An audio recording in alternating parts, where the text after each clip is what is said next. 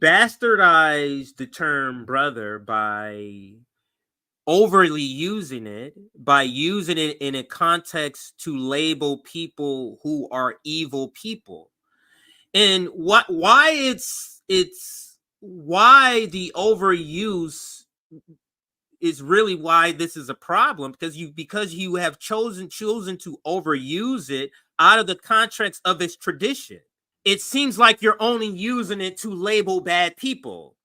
You can't go on CNN and say Brother Anderson Cooper.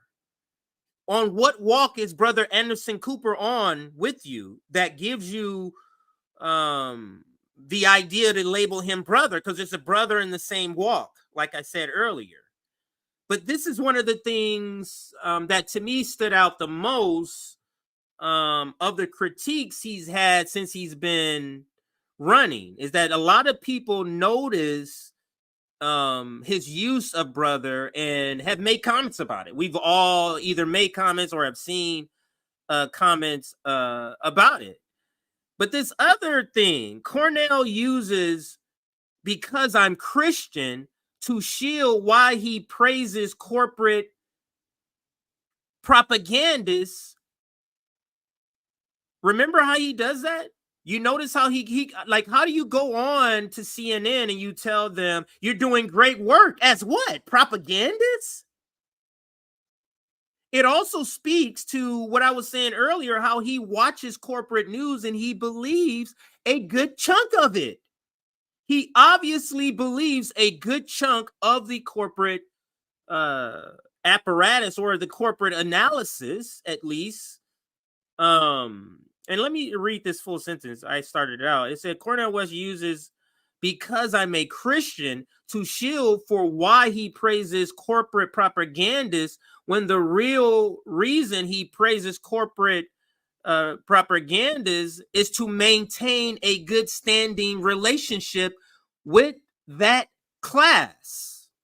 Here's another thing that was a spot-on critique made by, and I'm just kind of going through my notes. Some of this is a going over a point, but the point that Nick and Misty make, or I think Nick makes it specifically when he's saying he's being weak on Nazism in order to stay in or to fit in with his social class.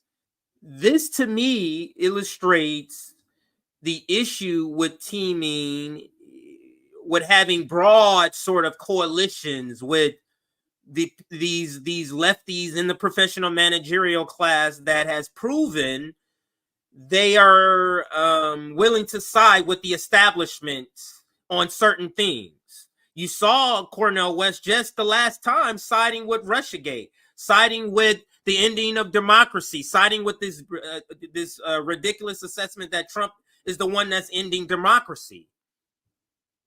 So he openly acknowledges that he buys their narratives on a lot of things.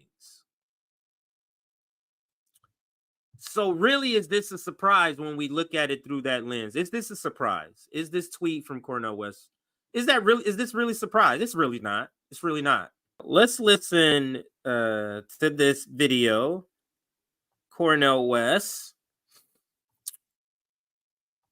So when you really talk about the soul of America and the battle for the soul of America, much of that soul has been evacuated by the Pentagon greed and the Wall Street greed and the inability of the police and other institutions to treat Black people and brown people and indigenous people as human beings. So I agree with Brother Ben in terms of being part of an anti-fascist coalition, that I think we're forced to vote for Biden, but we're not going to lie.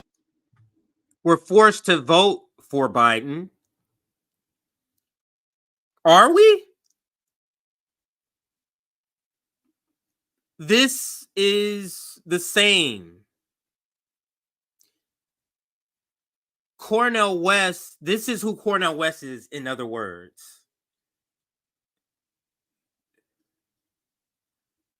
Like, the more I'm just kind of living in this space and analyzing this, I'm less shocked. about this tweet from Cornell West.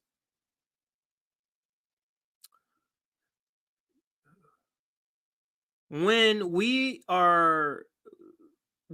there are large figures like Cornell West,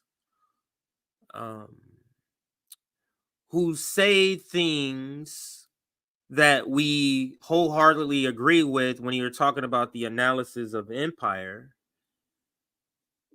we romanticize the person and attribute traits to the person that they don't have.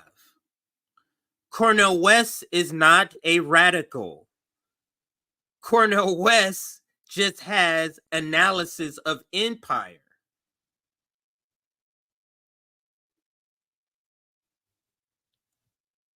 What radical policies does Cornell West have?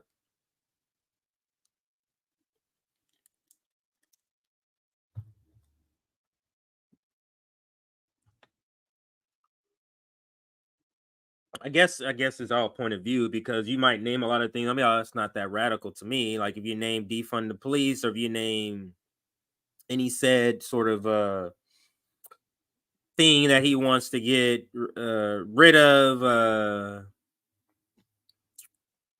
I don't know. Let me go to some comments here. I don't know. I'm just really disappointed with this. The last 6 months, it's just been complete disappointment with Cornell West. Just complete disappointment. From leaving the Green Party and Xing himself off of many ballots that he would be on. Could you imagine if he stayed with the Green Party and then eventually brought on Jill Stein as his VP? Could you imagine? A lot of you fantasize about him joining her right now. That's never going to happen, clearly.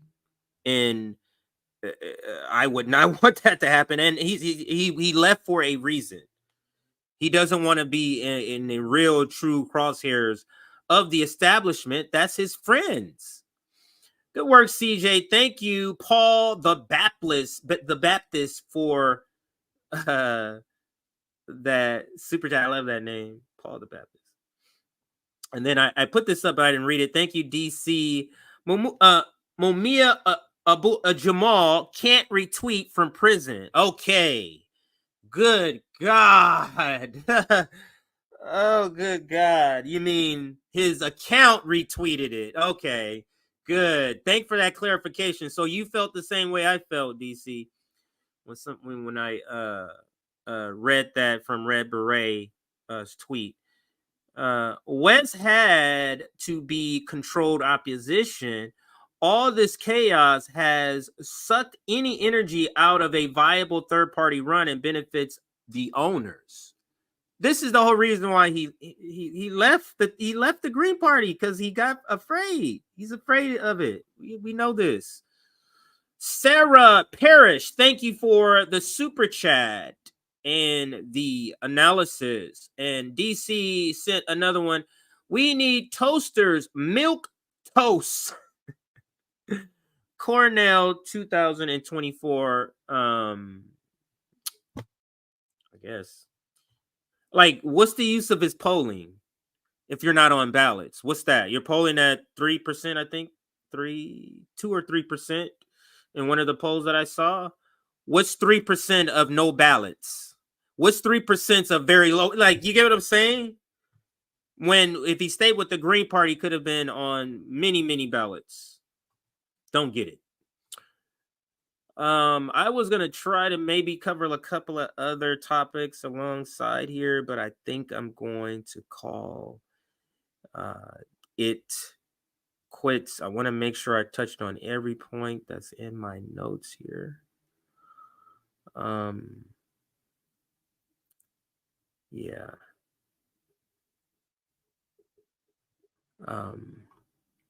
It's a sad day. It's a sad time. Because Cornell West, over as a person, I guess he's a pretty nice guy. But being a nice guy does not exclude you from rightful criticism over your support and pairing of a Nazi with radical icons in Mumia, and like it's amazing. It would like it could you just had some regular freaking people, like some you had great Mumia. Just sad.